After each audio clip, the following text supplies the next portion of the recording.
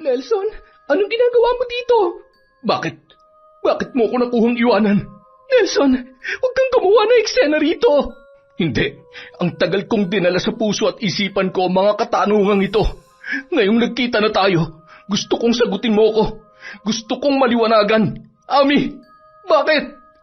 Bakit mo kami nakuhang ipagpalit sa iba? Kami ng mga anak mo.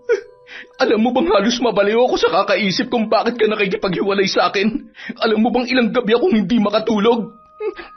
Pwede ba, Nelson? Umalis ka na. Pinagtitinginan na tayo ng mga customer ko. Hindi. Bakit? Natatakot ka bang malaman nila na iniwan mo kami ng anak mo para sumama sa ibang lalaki? Nahihiya ka bang malaman nila na isa kang taksil? Taon 2008, Laguna. Yakap-yakap ni Ami ang kanyang 3 maliliit na anak habang sumisiksik sa isang sulok ng kanilang tinitirhan dahil sa malakas na ulan. Maliit lang ang kanilang bahay na may 4 na sulok, gawa yun sa sawali. May maliit na kusina at doon sa kanilang ginagawang sala ay doon na rin sila natutulog at kumakain. Dito anak, umusad ka pa rito, nababasa yung likod mo. Nay, kailan pa kaya titigil ang ulan? Ang dami nang tumutulo sa sira nating bubong nababasa na yung loob ng bahay natin. Maghintay lang tayo, titila rin yan. Maya-maya lang ng konti. Nilalamig ba kayo mga anak? Halika't yumakap kayo kay nanay. Napabuntong hininga na lamang si Ami dahil sa kanilang kalagayan. Sanay naman siya sa mahirap na buhay, ngunit naaawa siya sa mga anak na naghihirap sa kanilang sitwasyon. Nay, gutom na po ako. Sandali lang anak ha, hintayin na lang muna natin ang tatay nyo. Ay, Nelson, nasaan ka na ba? Ilang minuto rin ang lumipas bago dumating si Nelson. Basang-basa yun ng ulan at nanginginig sa lamig. Ami, mahal? Andyan ang tatay mo, Dino. Pagbuksan mo ng pinto. Tumalima naman agad ang bata at kaagad na binuksan ang pinto ng maliit nilang pinagtagpi-tagping kubo. Mano po, tay? Pumanik na po kayo para makapagbihis. Ang basa-basa niyo po, Ay, kaawaan ka ng Diyos, anak. Eto, may dala kong ulam. Nakapagsaing na ba nanay nyo? Nay, may sinaing na po ba? Wala pa Naubusan tayo ng bigas, hindi ba? Ay, oo nga pala. Eto, nakabili naman ako ng 5 kilo. Naku, parang nabasa rin yata. Hindi naman. Nakalagay naman to sa makapal na plastik. Kuhanin mo na nang makapagsaing ka na. Paniguradong gutom na yung mga bata. Dino, ikaw na munang bahala sa mga kapatid mo, ha? Doon kayo umupo sa sulok para hindi mabasa ng tulo ng ulan. Maghahanda lang ako ng hapunan natin. Sa edad na 6 na taong gulang, marunong nang mag-alaga ng kanyang mga kapatid si Dino. Dahil siya ang palaging naiiwan sa mga yon sa tuwing nasa ulingan ang kanyang nanay at tatay. Pag-uuling ang kanilang ikinabubuhay, maingat na kinarga ni Dino ang bunso niyang kapatid na 1 taong gulang pa lamang. Nagtungo siya sa sulok para maupo. Pinasandal naman niya sa balikat ang isa pang kapatid na 2 taong gulang dahil yon ay inaantok na.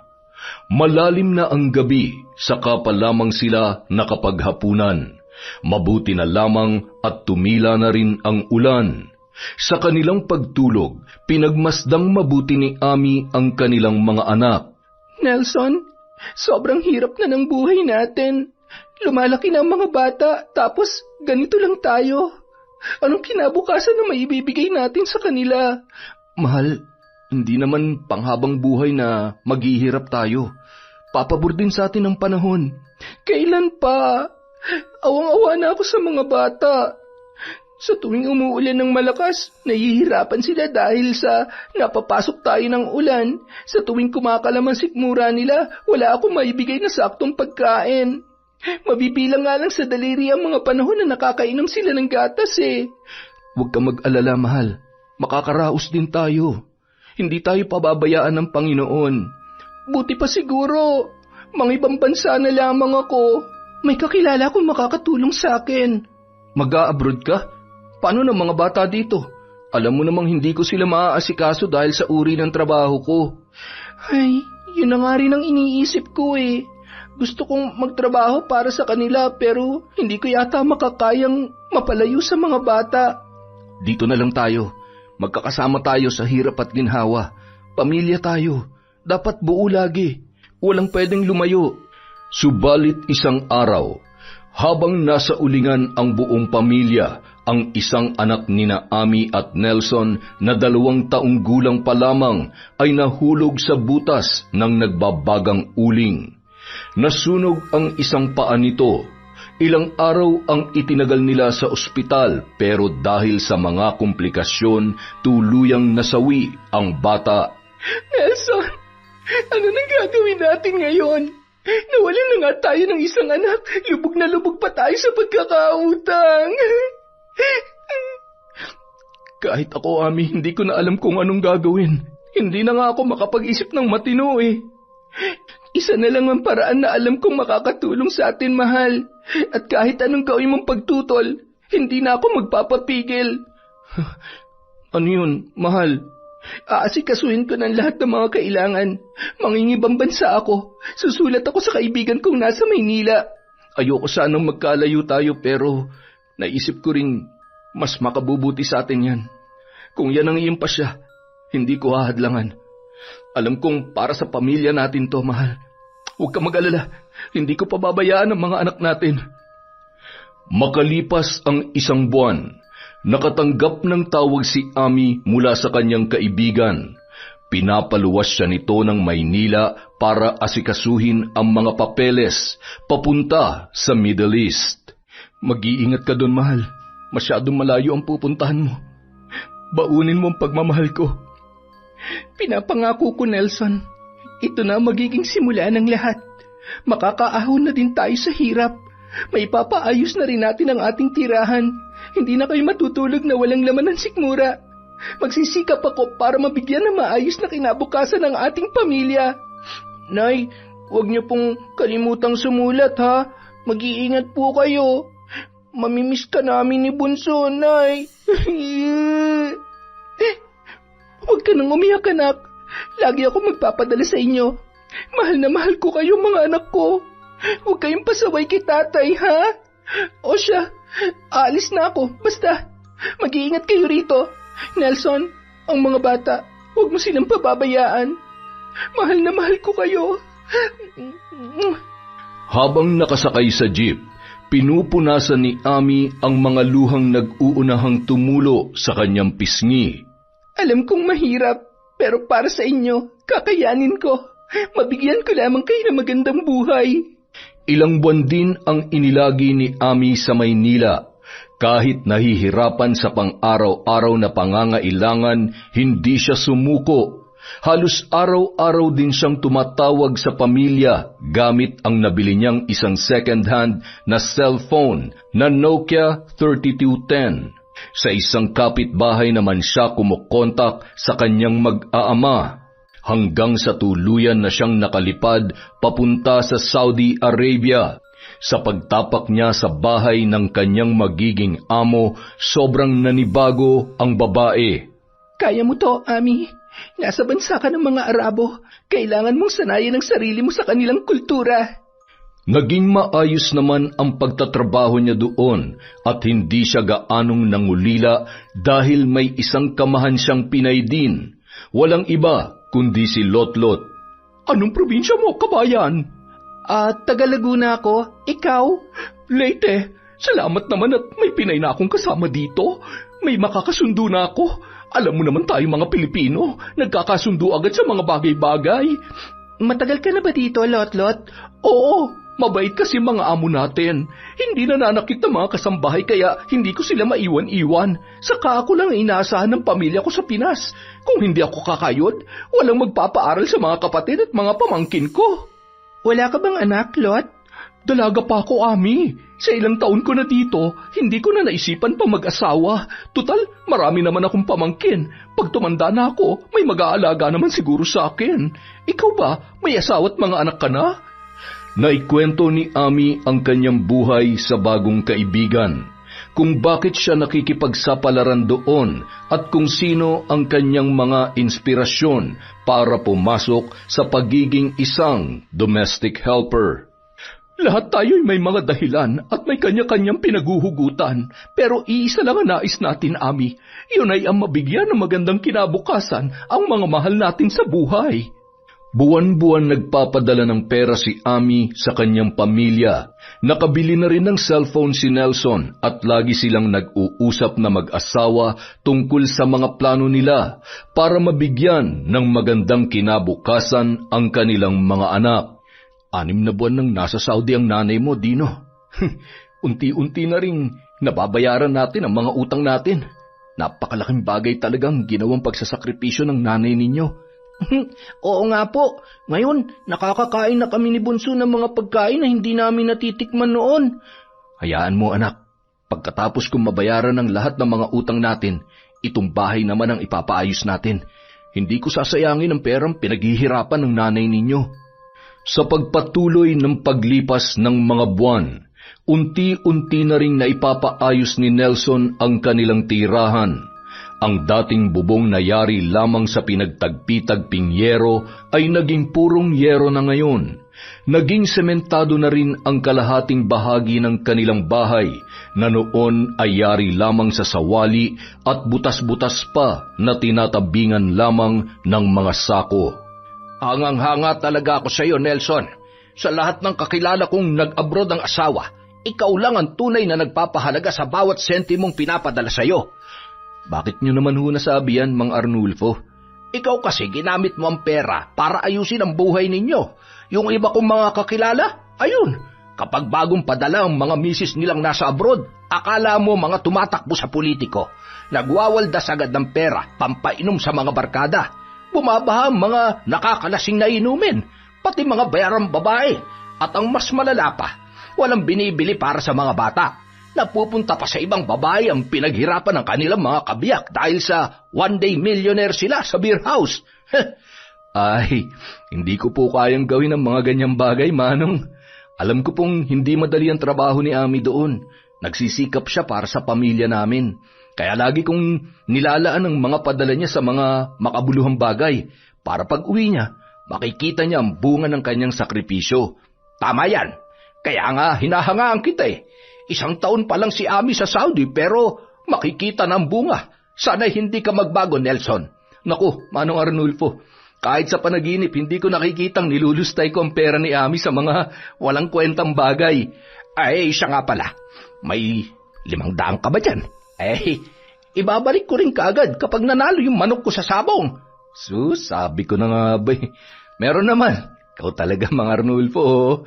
Dinaan mo na naman ako sa pagganyan-ganyan mo. Manghihiram ka lang pala. Epektibo naman, di ba? Kita mo, hindi mo na ako matanggihan. Diyan ako bilib sa inyo, Manong Arnulfo. Eto na yung 500. Kaya kayo tumatandang binata dahil dyan sa mga manok nyo Inuuna nyo pa kasi ang mga yun kaysa maghanap ng mapapangasawa. Ay, ano ka ba? Yun na nga lang ang libangan ko At saka, di ko na kailangan ng babae sa buhay ko. Masaya na ako sa mga manok ko. Sige na, maiwan na kita. Naghihintay ng mga kasabong ko ron.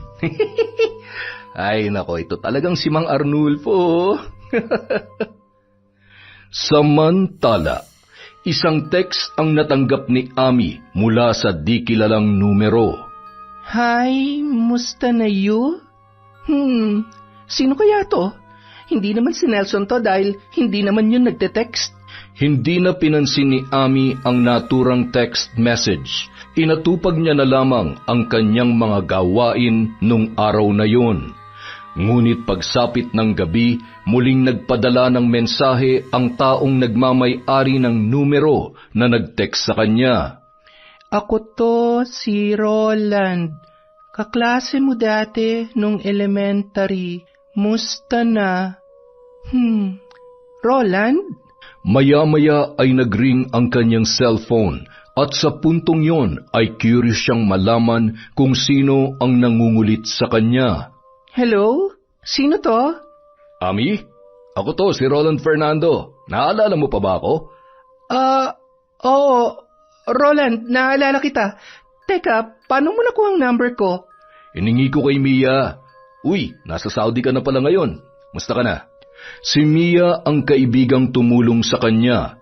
Isa yung recruiter. Nakipagkumustahan siya kay Roland at marami silang napag-usapan nung gabing yun. Tila kinilig pa si Ami nang banggitin ng lalaki ang masasayang ala-ala nila noon. Crush na kasi dati si Roland. Grade 5 pa lamang sila ay malaki na ang pagkagusto niya sa lalaki. Kaso lumipat sila ng tirahan ng kanyang mga magulang. Hanggang sa sabay na nasawi ang kanyang ina at ina sa isang landslide. Hindi na siya nakabalik sa dating tinirhan hanggang sa nakapangasawa na at yun ay walang iba kundi si Nelson. Sige Roland, ibababa ko na. Ang mahal pa naman ng load kapag overseas call. Salamat ha. Medyo naibsan ng pangungulila ako sa Pinas. Walang anuman. Sige, bye na. Ingat ka dyan ha. Bye. Pagkababa niya ng cellphone ay agad niyang inilagay sa phone book ang pangalan ni Roland. Napapangiti pa siya habang naghahanda sa kanyang pagtulog. Doon nagsimula ang pagkahumaling ni Ami sa mga text message ni Roland.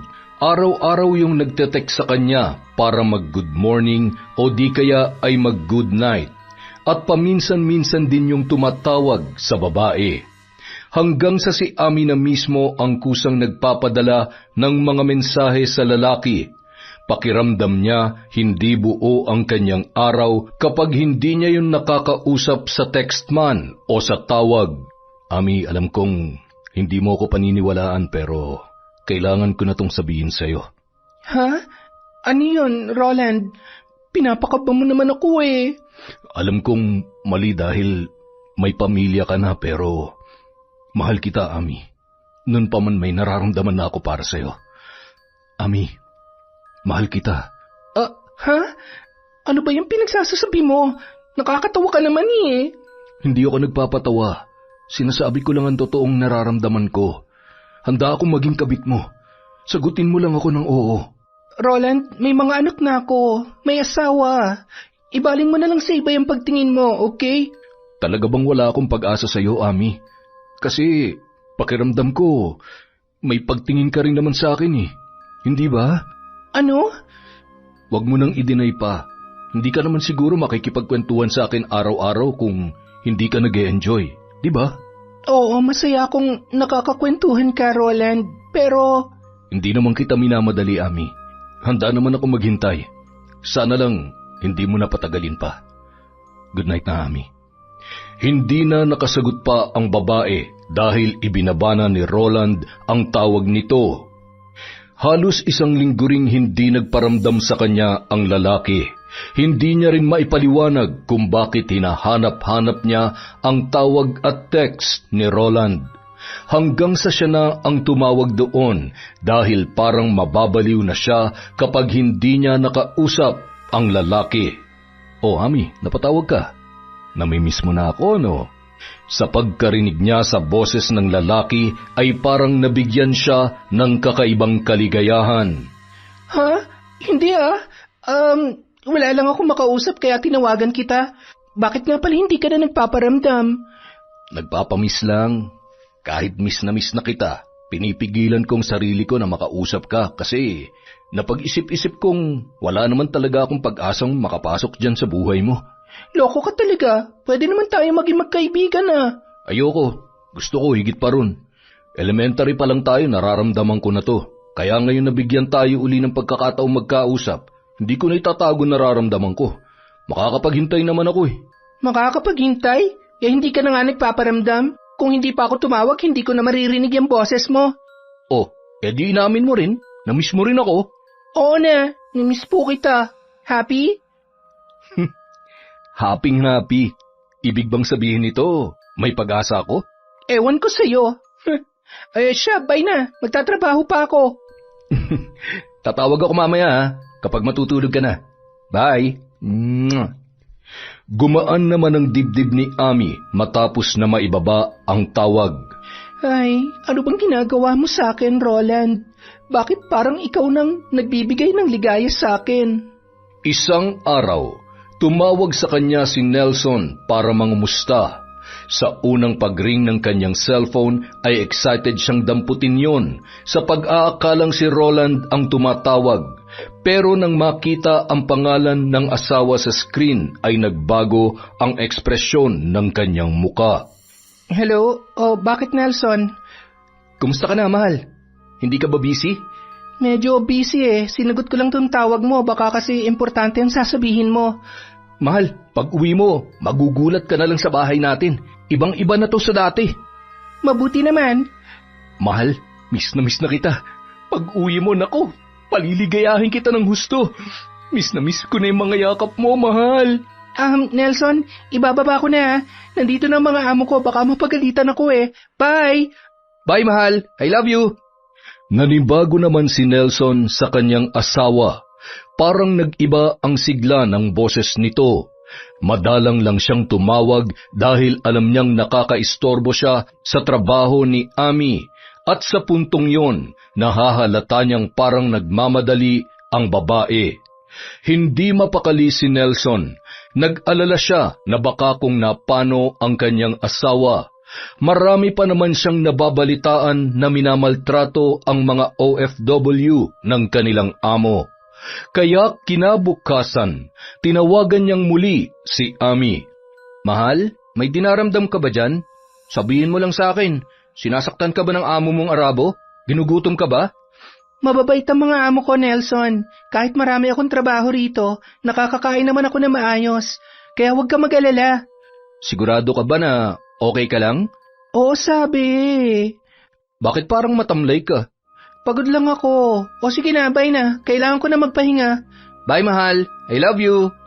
Napabuntong hininga na lamang si Nelson nang walang makuhang sagot mula sa kanyang asawa.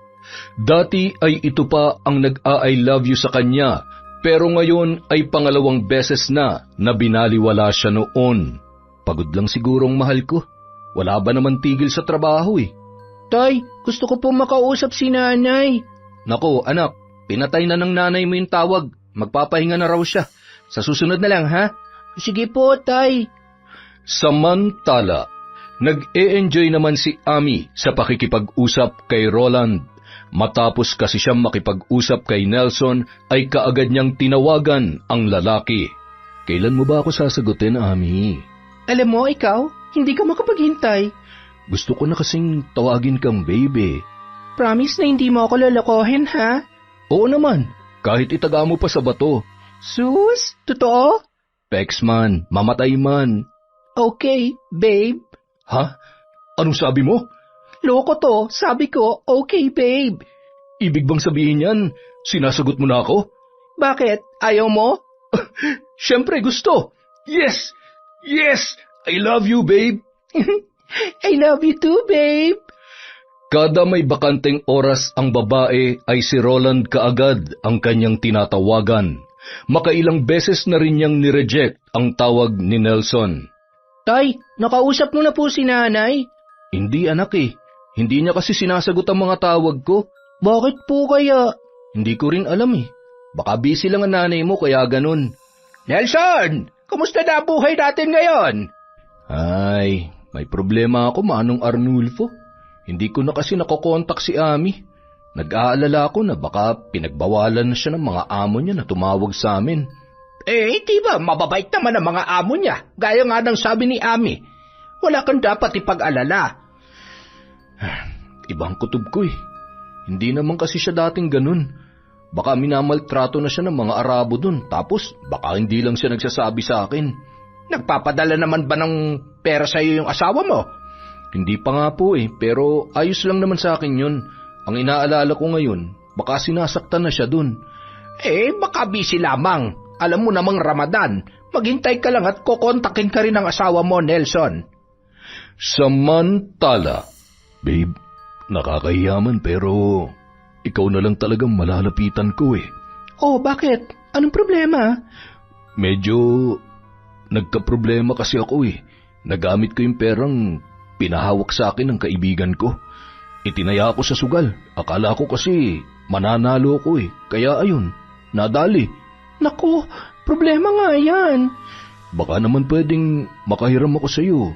Promise, babayaran ko rin sa oras na makaipon ako. Huwag ka mag-alala, may nakuha na akong bagong trabaho.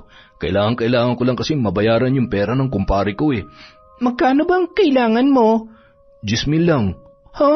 Ang laki naman. Pero sige, pahihiramin kita. Naku, salamat babe ha. Hulog ka talaga ng langit sa akin. Ang swerte-swerte ko sa'yo. I love you so much, babe. I love you too, babe ko. Isang araw, tumawag si Ami kay Nelson. Ipinaalam nito na hindi muna makakapagpadala dahil nagkaroon ng aberya sa kanyang sahod. Ayos lang yun, mahal. May naitabi pa naman akong pera dito tsaka may kinikita naman ako sa pag-uuling. Gagamitin ko yun para makapagpatayo tayo ng maliit na tindahan. Ang mga bata, kumusta? Maayos naman, alagang-alaga ako sila. Mahal, sigurado ka bang ayos ka lang dyan? Nag-aalala na ako sa'yo kasi hindi mo sinasagot yung mga tawag ko. Ayos lang ako. Busy lang talaga kaya hindi ko nasasagot yung mga tawag mo. Saka sa sobrang pagod ko, hindi ko na nakukuha pang tumawag sa inyo eh. Intindihin mo sana ako, Nelson. Hindi biro ang trabaho ko rito. Oo naman, naiintindihan kita, mahal. Mahal? O ano, may sasabihin ka pa ba? May gagawin pa kasi ako eh. I love you, mahal. Miss na kita. Bye na, Nelson. May gagawin pa ako. Sandali! Ano na naman ba? Gusto ko lang namang marinig yung I love you mo. Nagagalit ka ba, mahal? Sige na, tinatawag na ako ng amo ko. Mamaya na lang. Bye!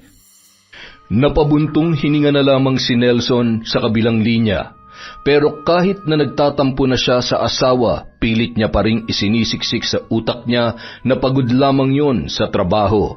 Kaya ganoon na kung makipag-usap sa kanya. Ewan ko ba, Lot, pero hindi na kasi ako masaya kapag siyang nakakausap ko eh. Ibang-iba kay Roland na umaapaw ang kilig ko. Payong kaibigan lang, Ami. Hindi siya nangihimasok ako pero pwede mo namang iwasan si Roland para hindi masira ng tuluyan ng pamilya mo.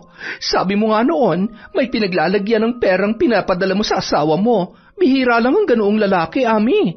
Halos lahat ng mga kakilala ko ay sa ibang bagay nilulustay ang perang pinaghihirapan ng mga misis nila. Gusto ko man niyang gawin pero parang mapabaliw ako kapag hindi ko nakakausap si Roland eh. Isang araw nga lang na hindi ako makatawag sa kanya.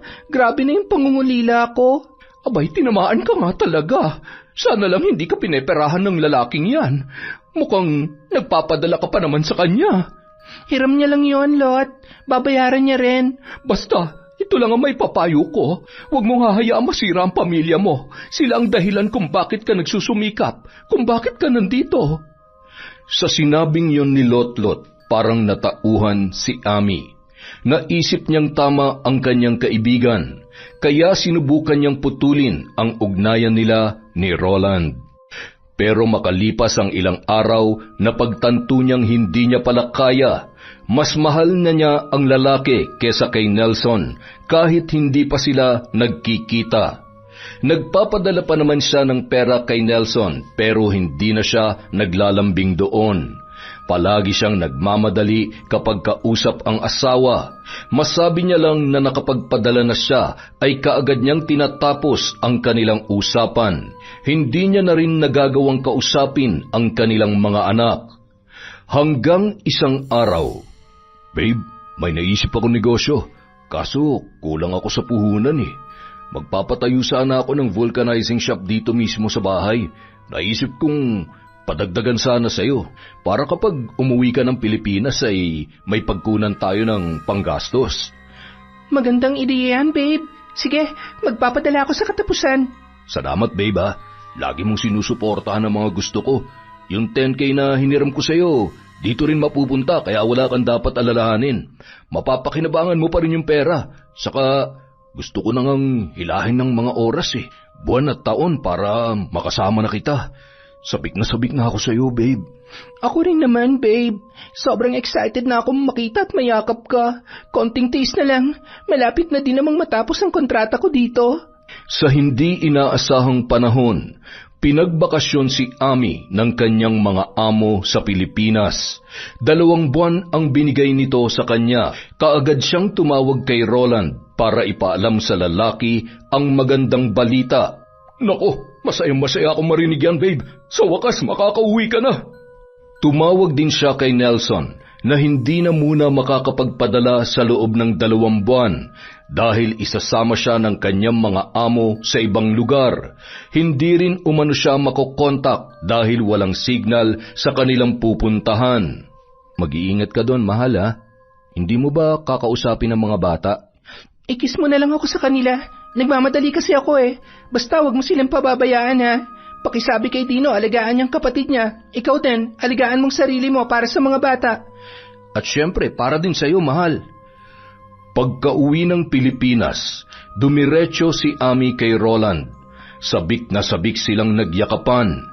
Kahit nasa istasyon pa sila ng bus ay hindi na nila napigilan ang magpalitan ng maiinit na halik sa labi. Maganda ka pa rin hanggang ngayon, babe. Pakiramdam ko hindi ka tumanda. Ikaw pa rin yung Ami na kaklase ko noon nung elementary. Pagkakaiba nga lang ay may kurba na ang sexy mong katawan ngayon kumpara noon. Ikaw din naman mas lalo kang pumogi. Mas masarap na ako ngayon, babe. Kita mo tong abs ko? Pagsasawaan ko yan mamaya, babe. Habang nakasakay ng bus, naglalaplapan ang dalawa na parang sila lang ang tao roon. Wala silang pakialam na pinagtitinginan na sila ng kanilang mga katabi. Ang tanging mahalaga ng mga sandaling yon ay ang kanilang mga nag-aalab na damdamin. Makalipas ang 1 oras, nakarating na sila sa tahanan ni Roland. May kalakihan ang inuupahang bahay ng lalaki. Kalahating semento yon at kalahating amakan. Babe, ito yung sinasabi kong vulcanizing shop na itinayo ko. Pera mong ginamit dyan, kaya sa iyong kita ng vulcanizing shop natin na yan. Babe, ano ka ba? Ang sakin ay sa'yo rin. Hindi ko kailangan kunin ang kita niyan. Talaga, babe? Oo naman. Mamaya na natin pag-usapan yan, babe. Dumiretso na tayo sa kwarto. Nagpupumiglas na tong alaga ko eh. Tayo na. Kanina ko pa rin gustong anuhin yan eh. Sa loob ng 2 buwan, naging masaya si Ami sa piling ni Roland. Mag-asawa na silang talaga sa mga mata ng kanilang mga kapitbahay. Nararamdaman ni Ami ang tunay na pagmamahal ni Roland sa kanya. Maalaga ito, maalalahanin, medyo may pagkamahilig nga lamang. Lagi niyang pinagbibigyan ang hiling nito pagdating sa kama dahil sinusulit niya na ang mga araw na sila ay magkasama. Babe, ayoko nang lagyan ng medyas tong alaga ko. Pwede bang hubarin ko na lang pag naglalaro tayo? Hindi pwede. Alam mo namang babalik pa ako sa Saudi. Paano kung mabuntis ako? Eh di nasira pa ang mga pangarap natin. Huwag ka na lang kayong bumalik doon, babe. Dito na lang tayo. Mabubuhay naman kita eh. Babe, may mga anak pa ako naghihintay ng mga padala ko. Kailangan pa nila ako. Mga anak mo o si Nelson? Babe, wala na akong pagmamahal kay Nelson. Kinakausap ko lang naman siya noon dahil ama siya ng mga anak ko eh. Nakipag-iwalay ka na ba sa kanya? Hindi pa, pero alam ko sa sarili ko na ayaw ko na sa kanya. Hayaan mo, pagbalik ko ng Saudi, makikipaghiwalay na ako. Paprangkahin ko na siya. Promise yan ha. Kung noon payag akong maging sabit lang, ngayon nakasama na kita, hindi ko nahahayaang makihati pa kay Nelson. Aking ka lang ng buong buo, babe. Oo naman. Sa'yo lang talaga ako, babe. Marami na tayong plano. Pinapangako ko sa'yo, tutuparin natin ang lahat ng yon na magkasama. Samantala, todo kayod naman si Nelson sa pag-uuling. Bukod sa yun na ang nakasanayan niyang trabaho ay maraming mamimili ang naghahanap sa kanyang gawang uling. Sobrang sipag mo naman, Nelson. Baka magkasakit ka na niyan. Parang wala sa abroad ang asawa mo kung kumayod ka. 2 buwang hindi makakapagpadala si Ami, Mang Arnulfo, kaya kailangan kong mag-uling para hindi malugi ang maliit na sari-sari store namin. Saka kailangan ko rin makaipon. Marami pa kasi kaming plano, oras na makauwi na siya rito. Paano kung hindi malulugin tindahan mo eh? Mas marami pang utang kaysa benta. Huwag mo na kasing pautangin yung hindi nagbabayad. Naaawa kasi ako, Manong eh. Lalo na kapag sinasabing wala silang maulam o di kaya walang maisaing. Alam mo naman na dumaan din ako sa ganyang hirap. Nakakaawang isipin na nakakatulog sa gutom yung mga bata. Hanggat may maipapautang ako sa kanila, ayos lang kahit matagal silang magbayad. Sa hirap ng buhay ngayon, kailangan mong unahin ang mga importante. Ang sabihin mo, kailangan nilang unahin magbayad para makautang sila uli. Ang hirap sa iyo masyado kang mabait. Alam mo nang inaabuso ka ng ilang mga kapitbahay natin sige ka pa rin ng sige. Tingnan mo, ikaw tuloy ang nahihirapan. Di naman po, malakas pa naman ako. Sa ngayon, malakas ka. Paano kung magkasakit ka? Paano na mga anak mo? Sino mag-aalaga sa kanila? Ikaw naman, Manong Arnulfo. Nega mo naman? Nega na kung nega. Nagsasabi lang ako ng totoo, Nelson. Teka lang. Magkano bang utangin niyo? Isang araw, inatake ng mataas na lagnat si Nelson. Nawalan siya ng ganang kumain. Inuubo rin siya at nanginginig ang buo niyang katawan. Tay, a-absent na lang po ako sa school para maalagaan ko kayo. Huwag na, anak. Kaya ko naman ang sarili ko. Paano po si Bunso? Ako nang bahala sa kapatid mo. Pumasok ka na. May exam kayo, hindi ba? Sigurado po kayo, Tay. Oo, wag mo na kaming alalahanin. Ako nang bahala rito. Malakas si tatay, hindi ba? Kayang-kaya ko to. Kahit nang hihina, nakuha pa ring alagaan ni Nelson ang kanyang bunsong anak. Ay, kung nandito ka lang sana, mahal. Ikaw sana nag-aalaga sa amin. Mga haplos mo lang ang nagpapalakas sa akin kapag ganitong may nararamdaman ako. Miss na kita, Ami. Sa pagbabalik ng kanyang asawa sa Saudi, hindi na yun nagparamdam pa kay Nelson. Nawalan na siya ng ganang makipag-usap sa kanyang asawa.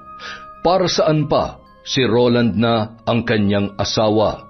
At sa tuwing naiisip niya si Nelson, wala na siyang makapangpagmamahal para sa lalaki.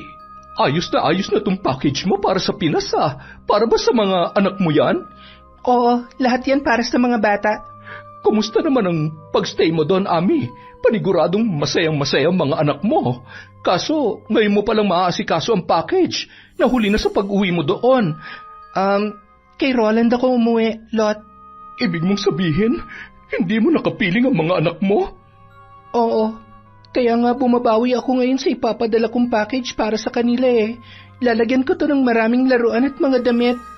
Napatingin na lamang si Lotlot kay Ami sa paraan na nadidismaya. Wala ka na ba talagang nararamdaman para sa asawa mo, Ami? Lot, si Roland na ang mundo ko ngayon.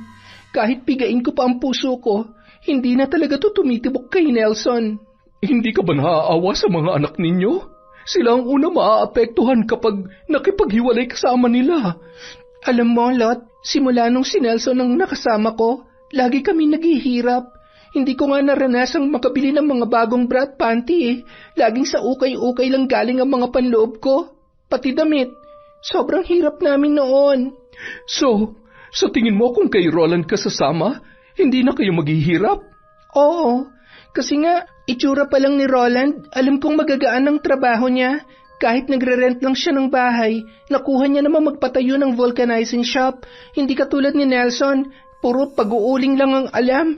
So, sa tingin mo, mabubuhay ka niya nang hindi naghihirap? Ganoon ba? Sabi mo noon, maski pag ang asawa mo, bakit parang minamaliit mo na siya ngayon? Kasi yun ang totoo, Lot. Kung hindi ako nagpunta dito, malamang patay na ngayon ang pamilya ko sa gutom. Gusto ko namang maranasan na tumira sa Pilipinas na hindi naghihikahos sa buhay. Makikipaghiwalay ka na ba sa asawa mo? Hindi na kailangan, Lot. Tutal, hindi naman na ako uuwi doon. Basta para sa akin, si Roland ang asawa ko ngayon. Siya na ang buhay ko. Hindi ako pabor sa desisyon mong yan. Pero sino ba naman ako para makialam? Hindi ba? Isang araw, kagagaling lang ni Dino sa paaralan nang may pumaradang truck sa harap ng kanilang bahay. Tatay, may naghahanap po sa inyo. Ano po bang kailangan nila? Package yata yan ng nanay mo, Dino. Nakatanggap kasi ako ng tawag kanina na may ide-deliver na package sa atin. Talaga po? Wow! Excited na akong buksan yan, Tay! Sa loob ng bahay, isa-isang inilabas ni Nelson ang laman ng malaking kahon.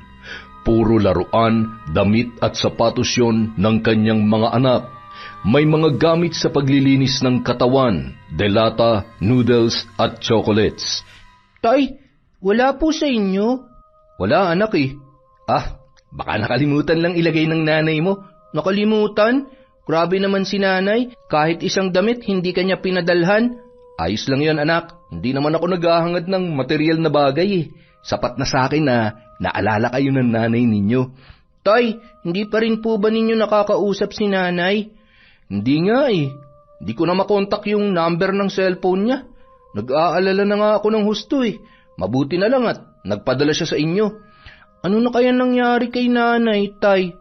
Hindi ko nga rin alam eh. Hindi naman siya naglagay ng sulat dito sa mga ipinadala niya. Nang mabalitaan ni Manong Arnulfo ang pagdating ng package, agad siyang nagtungo sa bahay ng kanyang kaibigan. Aba, Nelson, balita ko'y nagpadala ng malaking kahon ng asawa mo. Beke naman may chocolate kang may aabot sa akin dyan. Eto po, Manong Arnulfo. Maraming ang tsokolate sa loob ng kahon na ipinadala niya. Bakit mukhang hindi ka masaya? Sino ba naman ang sasaya, Manong? Ilang buwan ko nang hindi makontak si Ami. Tapos, eto ngayon at nagpadala nga. Wala namang sulat. Hindi ko alam kung anong gagawin ko para makausap siya. Isa pala yan sa pinunta ko dito, Nelson. Alam mo, may isa akong kaibigan sa kabilang bayan. Si Bruno ba? Yung Kristo ng Sabungan? Si Bruno, yung palaging dumadalaw sa inyo dati. Bakit po? Anong balita sa kanya? Hindi nga sana ako maniniwala kaso sabi niya sigurado daw siya. Sigurado ho sa ano? Nakita niya raw si Abby sa isang lunsod na pinuntahan niya. Mga 5 buwan na nakararaan. May kasama raw na lalaki at ang sweet-sweet pa raw nila. Nako, imposible po yun. Nasa Saudi po si Ami. Baka naman kamukha lang. Yun din ang sabi ko sa kanya pero sabi niya, sigurado daw siya na si Ami yun. Marami naman magkakamukha, Manong Arnulfo. Pero malay mo naman kung si Ami nga yun, Nelson. Kung si Ami po yun, bakit ibang lalaki ang kasama niya? Di ba dapat akong kasama niya? Saka, kung si Ami yun, nakita niyo sana umuwi siya dito sa bahay namin.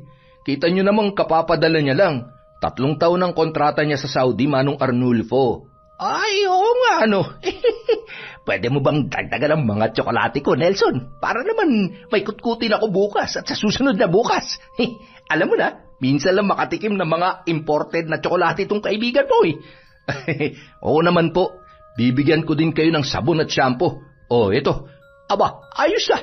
Matagal din bago ko ito mauubos. Maraming salamat, Nelson, ha? Teka, naghapunan na ba kayo? Hindi pa kasi ako kumakain May kanin at ulam sa lamesa, Manong. Kumain ka na ron. Ayan, kakasabong nyo, nakakalimutan nyo ng kumain. Buti pa yung mga manok, 4:00 pa lang ng hapon, pinapatuka nyo na. Ang totoo niyan, walang bigas sa bahay Naubos ko kasi ang pera ko. Kakapatuka ng mga manok. Bueno, kakain na nga lang ako dyan sa loob. Lumipas ang mga buwan, hindi na muling nagpadala si Ami sa kanyang pamilya at ang lubos na nagbigay pasakit kay Nelson ay ang natanggap niyang text message mula sa dating numero ni Ami.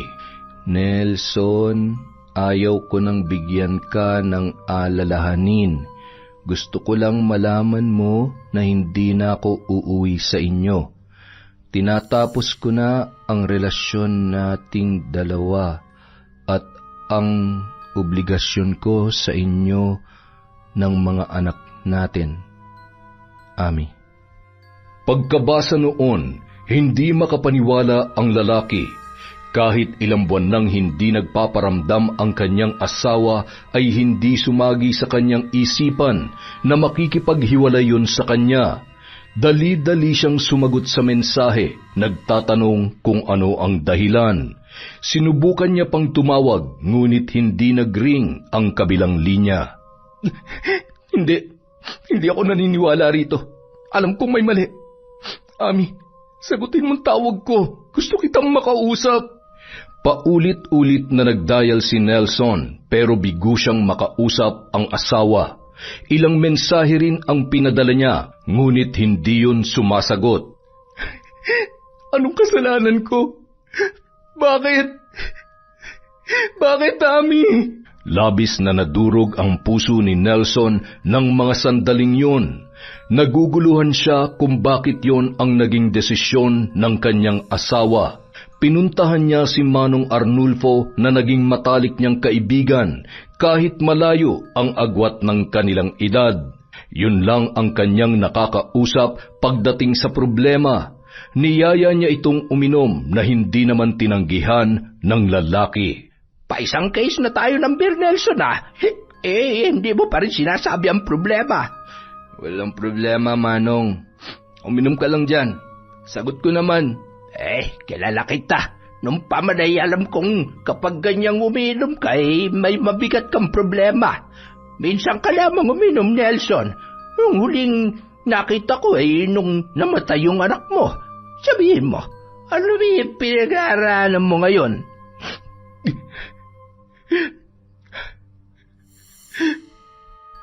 Nanatili lamang nakatingin si Manong Arnulfo sa kanya, handang makinig kung anuman ang kanyang ilalahad na problema.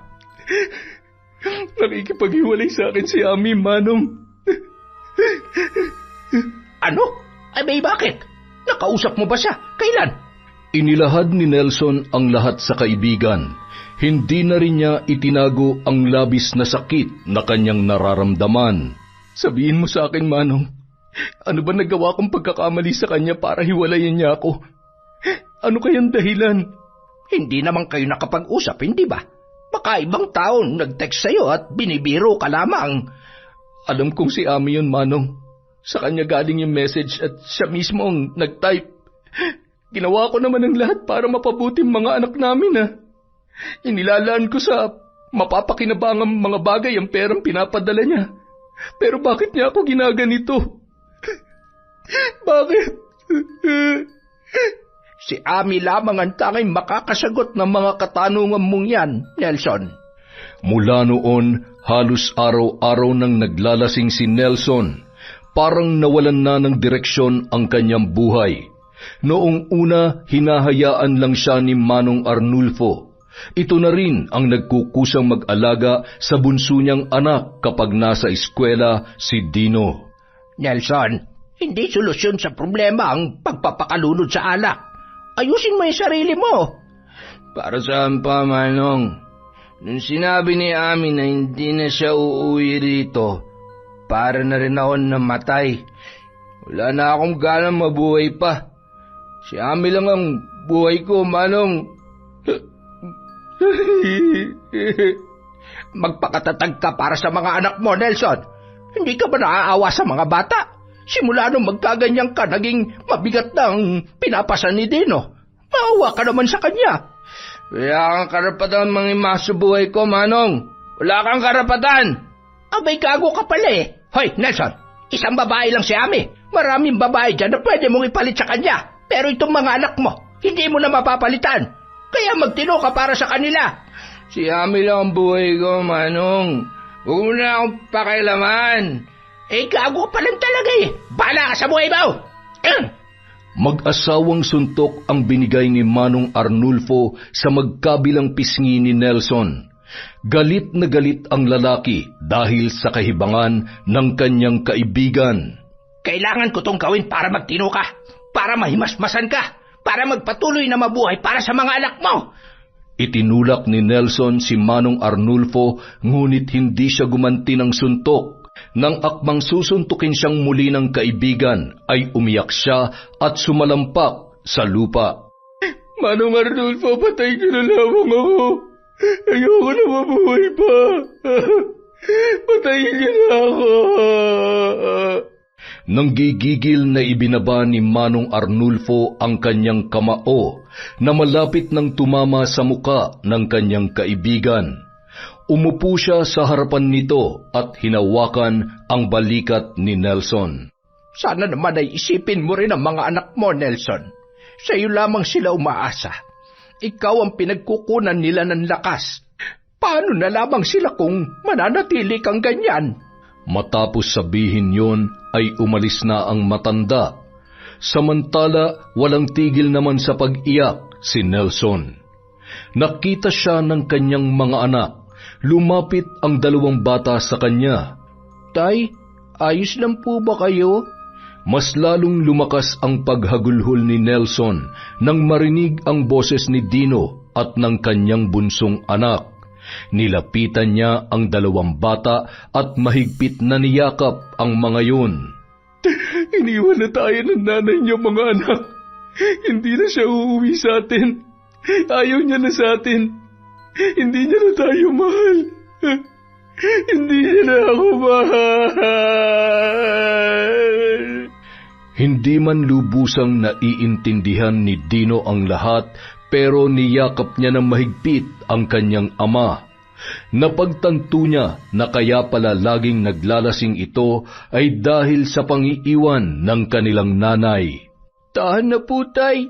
Nandito naman kami ni Bunso. Hindi namin kayo iiwan. Mahal na mahal ka po namin, Tay. Mahal na mahal ko rin kayo, mga anak.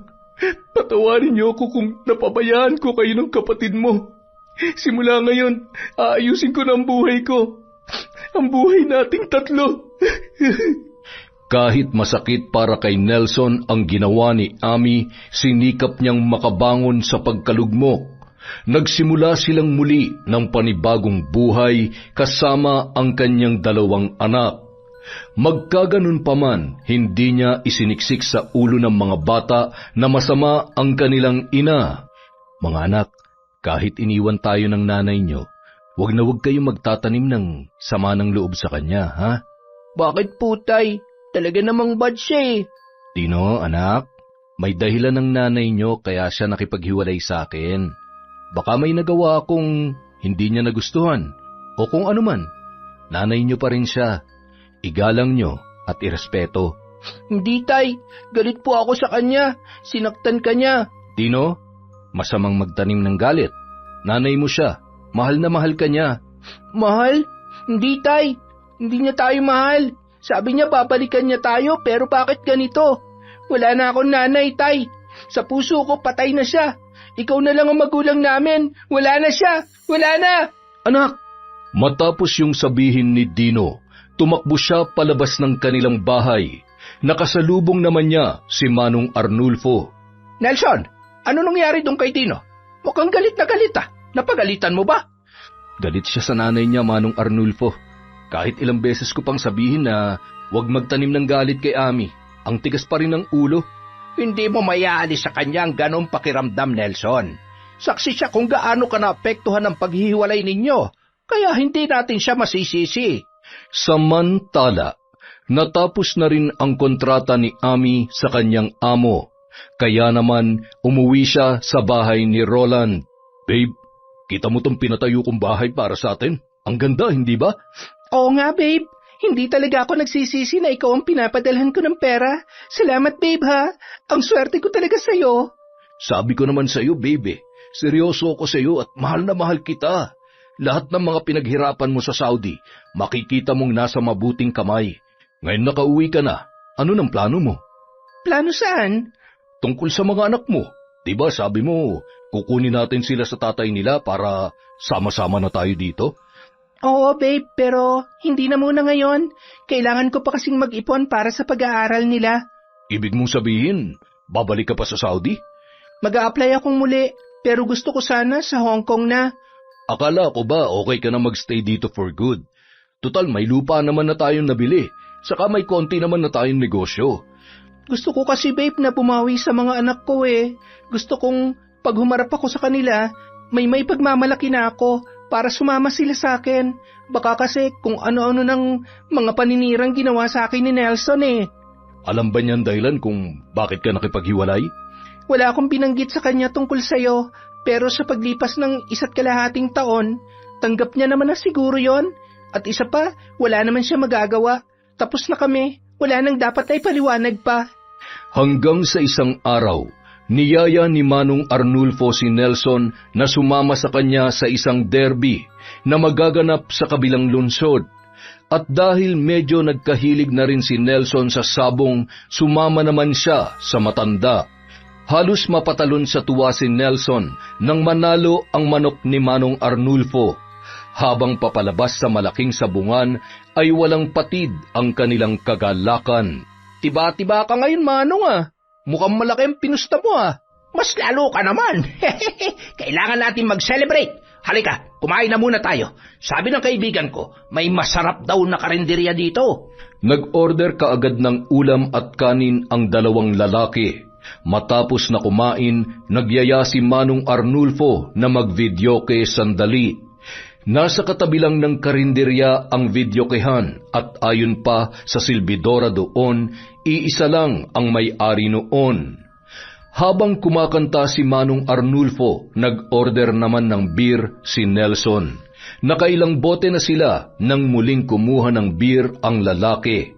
Akmang iaabot niya na ang bayad sa kahera nang siya ay mapahinto. Nakita niya kasing pumasok sa karinderya ang isang babae na pamilyar para sa kanya. Pinagmasdan niya yung mabuti. Kamukhang kamukha ni Ami. Sa tindig, sa porma at pananamit, nakikita niya talaga si Ami sa babaeng yun, maliban lang sa kulay blonde na buhok noon. Titig na titig sa kanya si Nelson, napukaw lang ang atensyon niya nang makailang ulit na siyang tinawag ng kahera. At nang tinanong kung magbabayad ba siya o hindi, kaagad niya namang iniabot ang pera sa kahera at pasimpleng nagtanong, "Miss, kilala mo ba yung babaeng yon?" Ay, siya po yung asawa ng may-ari nitong videokehan. Saka yung karinderya, bagong uwi lang po yan galing Saudi. Sa Saudi? Anong pangalan niya? Ma'am Ami. Siya po si Ma'am Ami.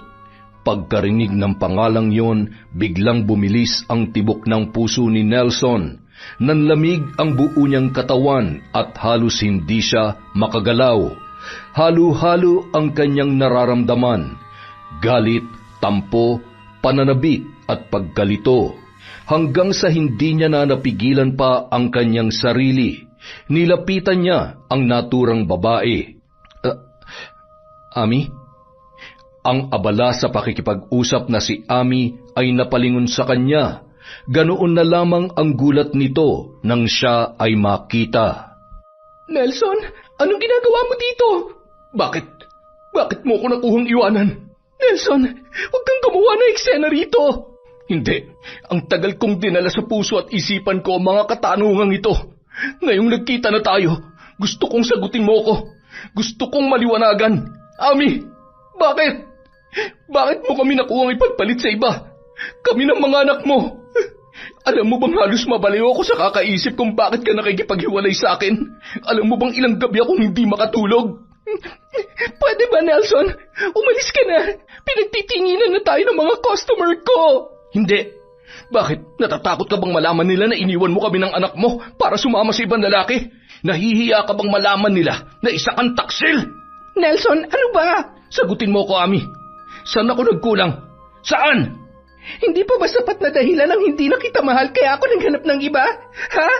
Oo, iniwan ko kayo. Dahil alam kong hindi ako aasenso sa isang dukhang kagaya mo. Walang diskarte sa buhay. Umaasa lang sa mga pinapadala ko. Nagsusumikap din naman ako para sa pamilya natin, ha? Nagsasakripisyo din ako. Hindi pa pala sapat yun para sa'yo? Lahat ng pinapadala mong pera napupunta sa mga makabuluhang bagay. Nakabayad ako ng mga utang natin, napagawa kong bahay at nakapagtayo ako ng sari-sari store. Hindi na uwi sa wala ang mga pinapadala mo. Ang sakit, Ami. Ang sakit-sakit na marinig na minamaliit mo ko. Tapos na ang usapang to, Nelson. Umalis ka na. Masaya na ako kay Roland. At kita mo naman, may negosyo na kami. Hindi na ako magugutom. Hindi gaya nung kasama pa kita. Naiintindihan mo ba? Oo, naiintindihan ko na ngayon. Malinaw na sa akin ang lahat. Isa kang ambisyosa, hindi na ko kontento. Masaya akong malaman na masaya ka sa piling ng bago mong kinakasama. Hiling ko ang kaligayahan ninyo habang buhay. Mabilis na tumalikod si Nelson matapos sabihin ang mga katagang yun. Narinig niya pa ang bulong-bulungan ng mga tao pero wala na siyang pakialam. Kung anong saya niya kanina ay doble-doble pa ang nararamdaman niyang sakit nung mga oras na yun.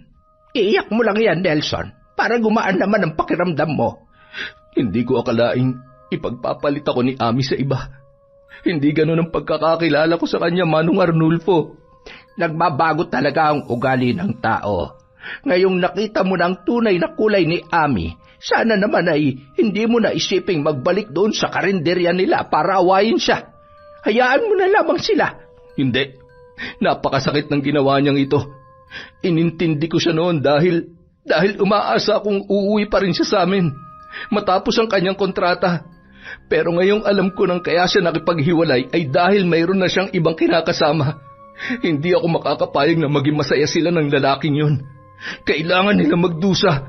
Ay, ano naman ang pinaplano mong gawin? Ipapabarang ko yung lalaki para bumalik sa akin si Ami, Manong Arnulfo. Sa kabila ng lahat ng ginawa ni Ami, gusto mo pa rin bumalik siya sa'yo? Mahal na mahal ko po siya.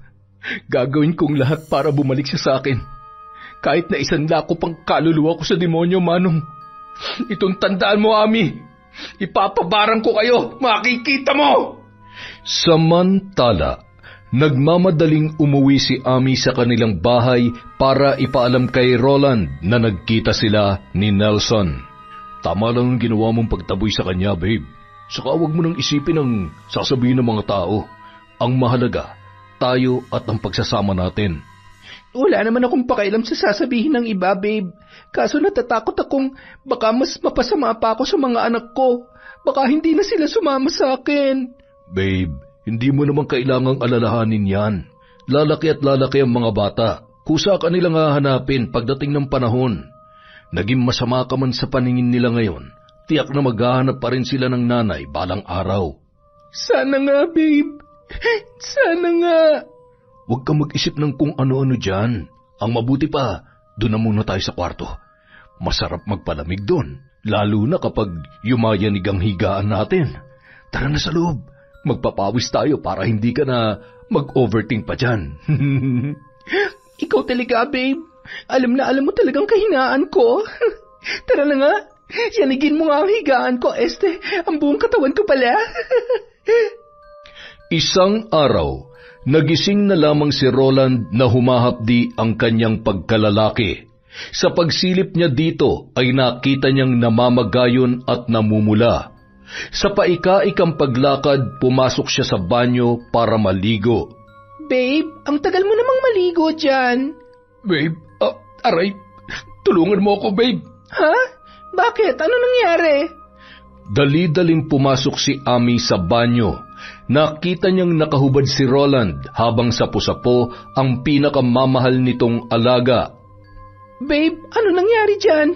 Bakit lumaki yan ng ganyan? Hindi ko nga rin alam, babe. Hindi ko naman natatanda ang kinagat to ng kung anumang insekto. Bigla na lang to na maganang ganito. Ipa-check up na natin yan, babe. Baka na-infection lang yan. Kung saan-saan ka kasi umiihi eh.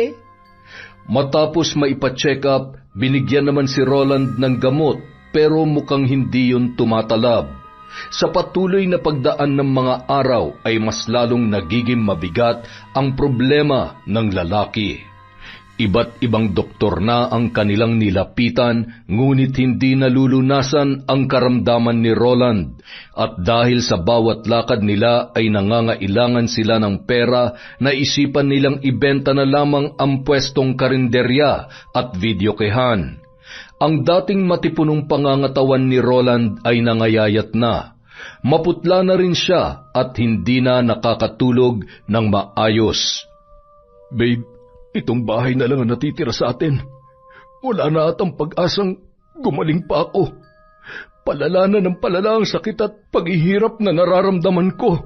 Babe, buti pa siguro kung magpatingin na tayo sa albularyo. Try lang natin. Baka yun ang makapagpagaling dyan sa sakit mo. Babe, iiwanan mo na ba ako? Ano ka ba? Huwag ka nga magsalita ng ganyan, babe. Mahal na mahal kita. Hindi kita iiwan dahil sa may sakit ka lang. Handa akong damayan ka, babe. Nandito lang ako para sa'yo.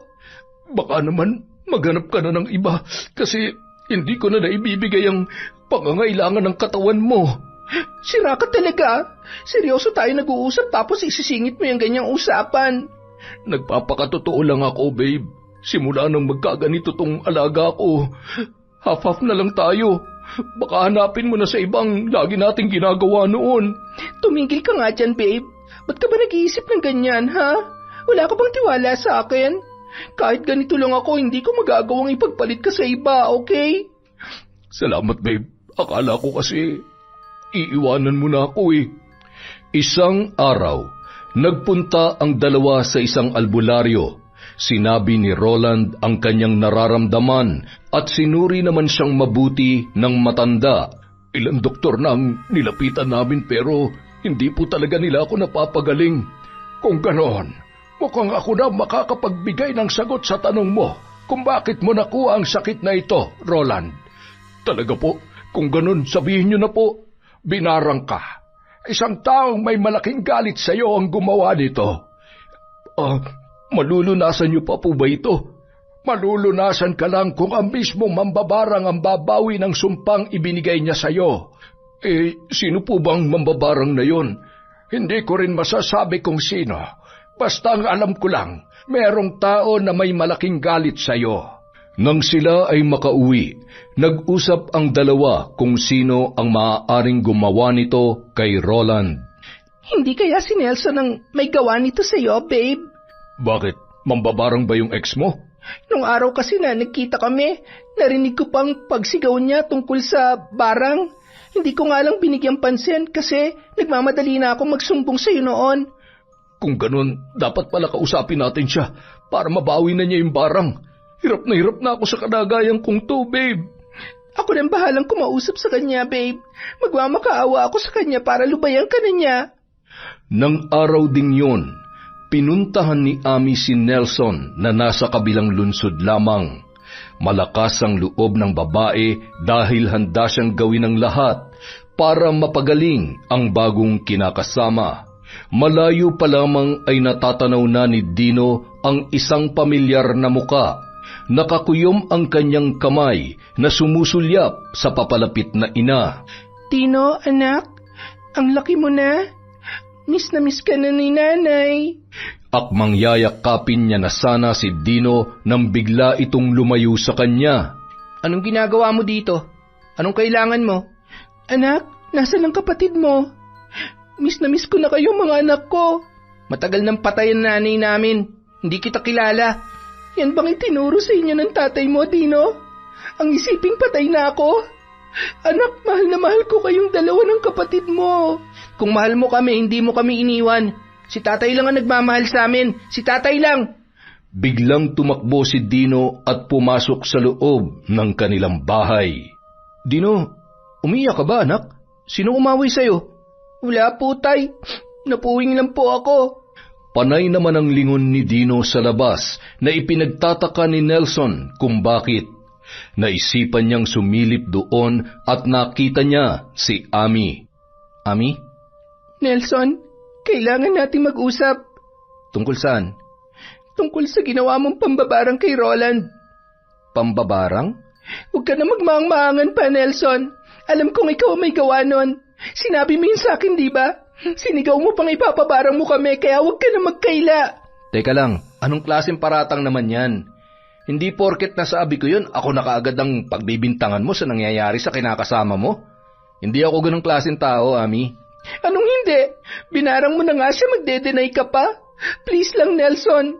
Handa akong gawin ang lahat, gumaling lang si Roland. Naaawa na ako sa kalagayan ng lalaking pinakamamahal ko. Alam mo, akala ko, hindi na ako masasaktan. Pero, alam mo bang kapag naririnig kong sinasabi mong mahal mo siya, naaapektuhan pa rin ako? Hindi na ba natin maaayos ang relasyon natin, Amy? Nelson, patawarin mo sana ako sa lahat-lahat. Maski ako sa sarili ko, hindi ako makapaniwalang kaya kitang ipagpalit sa iba. Pero nagawa ko na, Nelson. At mahal na mahal ko si Roland. Ay, hindi ko alam kung kailan maghihilom tong puso kong nasugatan mo ng sobra.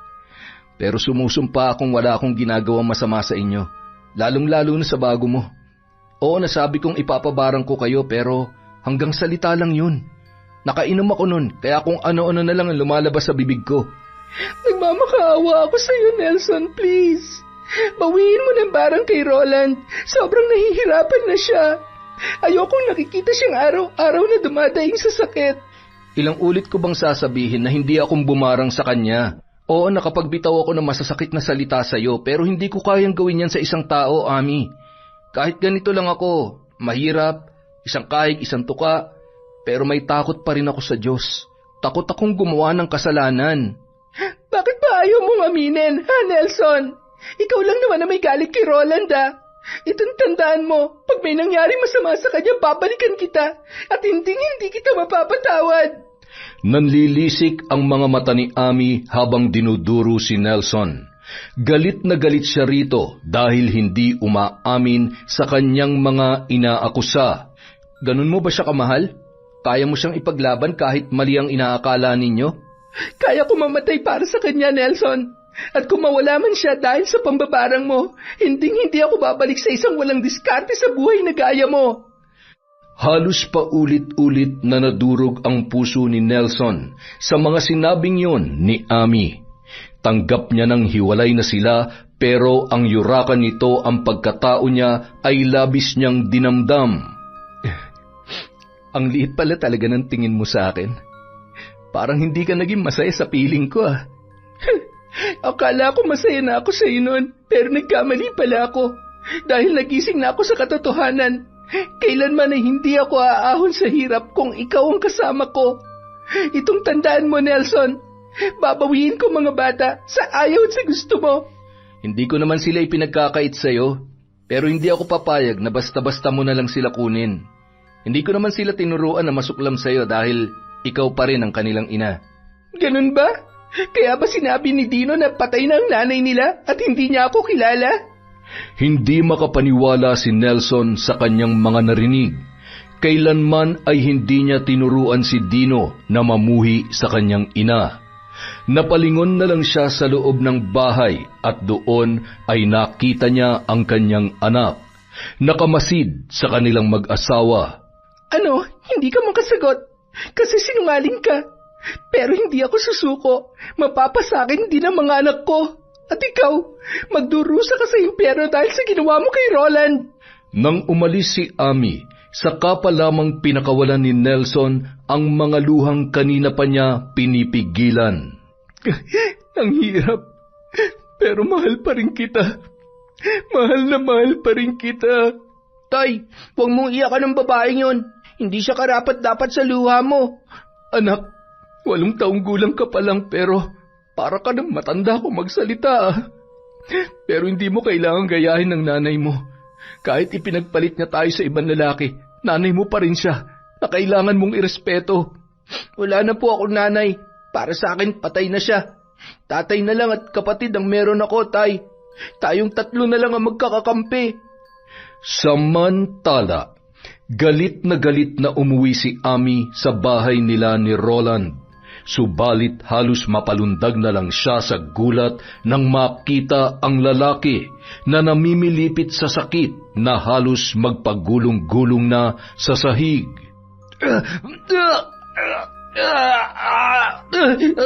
Babe, ano nangyayari sa'yo? Diyos ko, babe!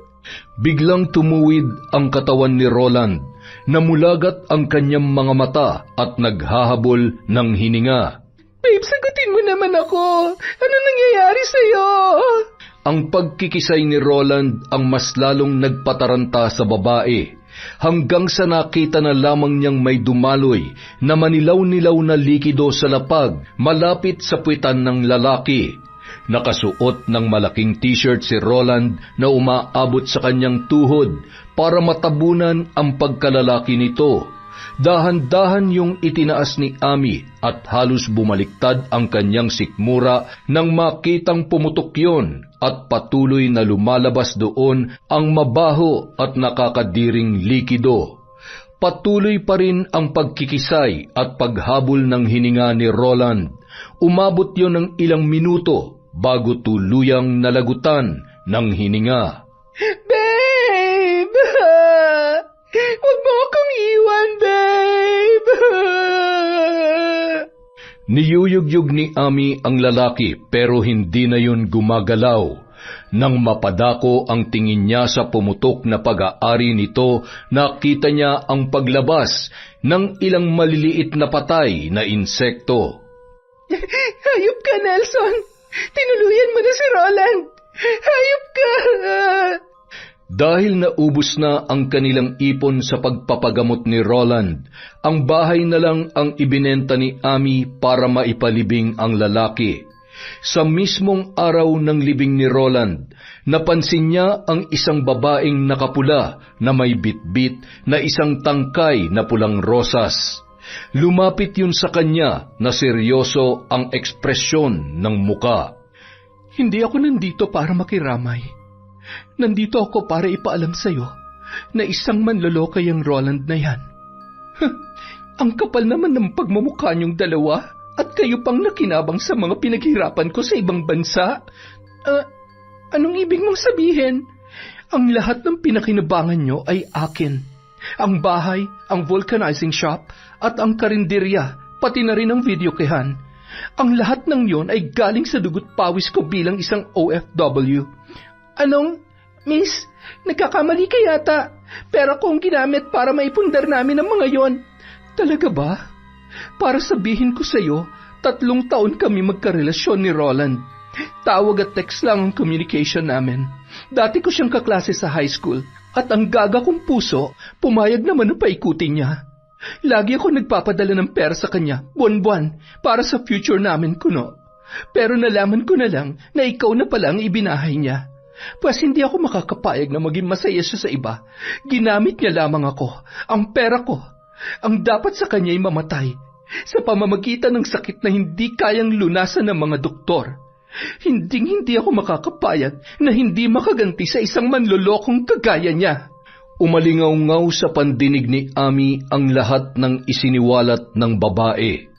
Kung ganoon, niloko lang din siya ni Roland at may ginagatasan pala ito na ibang babae.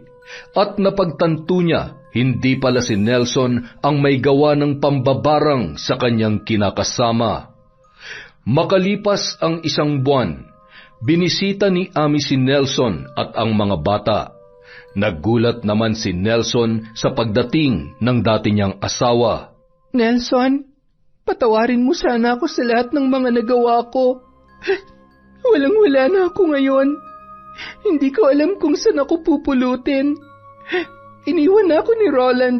Patay na siya. Lahat ng ipon ko naubos na. Kayo na lang ang natitira kong pamilya. Kayo ng mga bata. Hindi alam ni Nelson ang kanyang sasabihin. Nagtatalo ang kanyang puso at isipan. Malaki ang kasalanan ko sa'yo. Pinagbintangan kita. Minaliit at nasaktan. Pero pangako, babawi ako. Tanggapin mo lang akong muli sa buhay mo, Nelson. Wala na akong ibang malalapitan pa. Ami, mahal pa rin kita. Ang pagmamahal na yon ang naging dahilan kung bakit kita pinakawalan noon para maging masaya ka sa iba. Oo, nasaktan mo ako ng labis-labis, pero napatawad na kita. Talaga ba? Salamat, Nelson. Salamat. Pero napag-isip-isip ko, kailangan ko ring mahalin ang sarili ko. Sa kabila ng mga nangyari, naging matatag ako para sa mga anak natin. Tutulungan kita makabangon, pero ang relasyon natin hanggang sa pagkakaibigan na lang. Akala ko ba mahal mo ako? Oo nga, mahal kita. Pero mas mahal ko ng sarili ko, Ami. Sana makatagpo ka ng taong tunay na magmamahal sa'yo. Yung taong tunay na magpapaligaya sa'yo.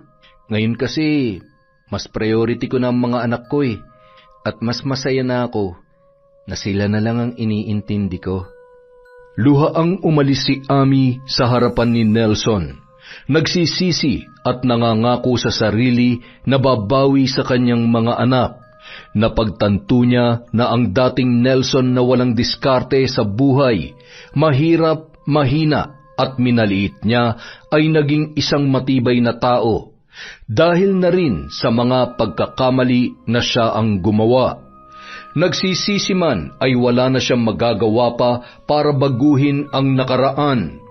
Umaasa na lamang siya na balang araw ay muling papabor sa kanya ang tadhana at manunumbalik ang pagmamahal ng kanyang mga anak. Yon! Isa na naman pong malupit na kwento mula kay Enteng.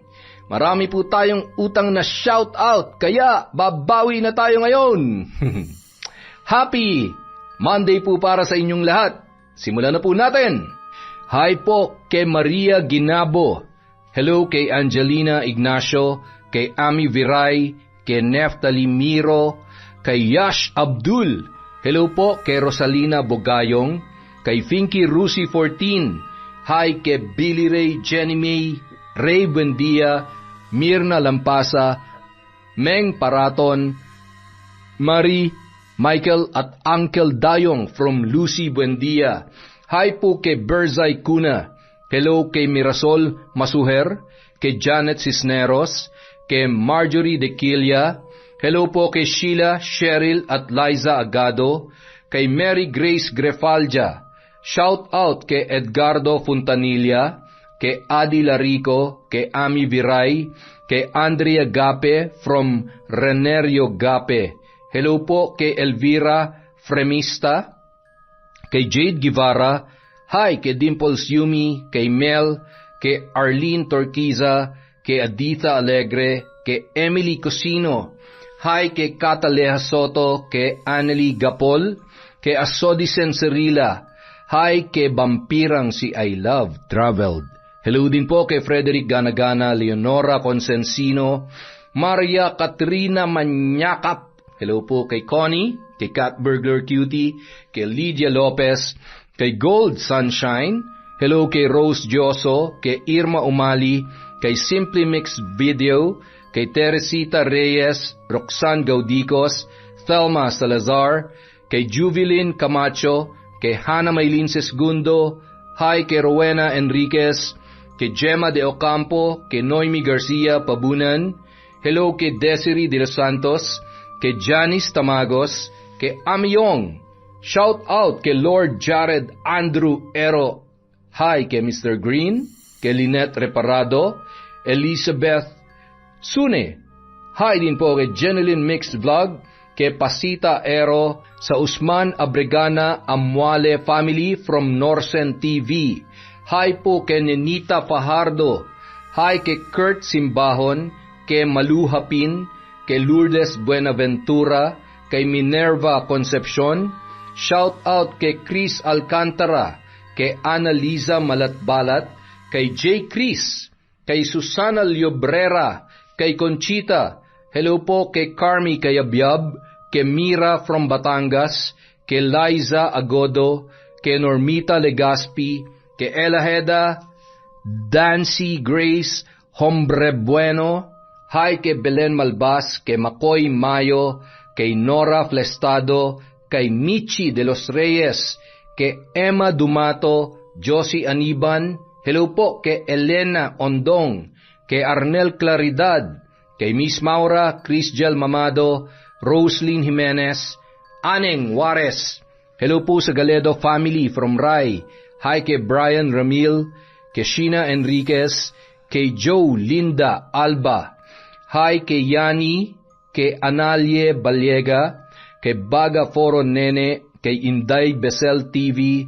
Shout out kay Corazon Cacalda, kay Maymegs, kay Manisan Mamot Mapadtaya. Hello din po kay Ruby Rose, Marish Tianzon, kay Josefina Felias, kay Rizal Rotoni at sa Balingit family. Hello po kay Abel Hipolito, kay Rioxan Gaudicos.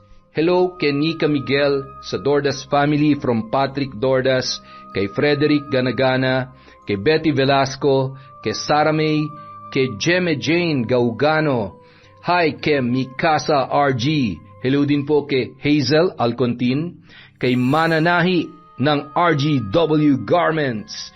Hello po kay Honey Austria, Vicky Abot, Jessica Rojas, Isabel Vidal, Benny Ocampo. Hi kay Christy Gaitan, kay Pureza Tagiwalo, kay Alma Naong, kay Emma Robles. Hello po kay Cesan de la Cruz, kay Annie Plaza, kay Cliven Dubalan, kay Jonaline Nurbina, kay Nenita Lozada, sa Briones at sa Belia family from kay Zenny. Hi po kay Karen Pastoral, kay Virginia Pontillas. Shout out kay Leslie May Joven, kay Zara Gonzalez, kay Rose Ann Rama, Vilma Bautista, Elaine Cargente, Carmel Monares, Maura 620. Hello po kay Emelita, kay Cyrus Lago, kay Doris Estander. Hi po sa Garmay at Guagano family from Gemma Jane Guagano, kay Lurima Martelino. Hello po kay Leonardo Agbayani Jr., kay Michi Ito, kay Virginia Pasqua. Hi po kay Filipina Palsario, kay Daiben, kay Zel A. Tapales. Hi kay Alberto Gilhang, kay Jezreel Cruz, kay Tess Gutierrez from Re Basil, sa mga taga Laguna from Elizabeth Sune. Hi po kay Wanda Villarino, kay Chloe Abalos, kay Lent TV 2, kay Jaylee KB Parazo from Ashley Bawis, kay Cristina Santiago Peñaloza, kay Elizabeth Andal, kay Joy Joy Yatutab. Hi po kay Aileen, kay Kurt Mina, kay Bicolanang Magayon, kay Mia Tabayan Tayaban. Hi kay Tats, kay Reden Orio, Briton Orio, Renz Orio ng Western Australia from Orio, Aguila. Hi po kay Ni Alforte, hi Ni. Hi kay Christy Mapili, kay My Favorite Song Collection. Hi din po kay Lauren Killing Opanda, kay May Espiritu, Park Sung Hee, kay Natividad Magtira, kay Celia Tolentino, kay Vivian Asi, kay Arcel Elegores, kay Ping Dauko, kay Catherine Miraflor, Chris Lawrence Villanueva, Monica Nieves, Carmen Rafael, Marilu Seta Patma, Jeneline from Teresita Perez. Hi po kay Nancy Jiang. Hi din po kay Chabilita, kay Kim Aquino, kay Lynn Tots, kay Nestor Otida, Ruth Ann Migano, Jean BTS, Abigail Garcia. Hi po kay Bisdak, at syempre kay Igerus Paduga. Whoo! Yan pong mga hindi natin nabanggit. Meron pa po tayo bukas, Martes. Maraming salamat po sa walang sawang pagsuporta sa Kwentong Ente.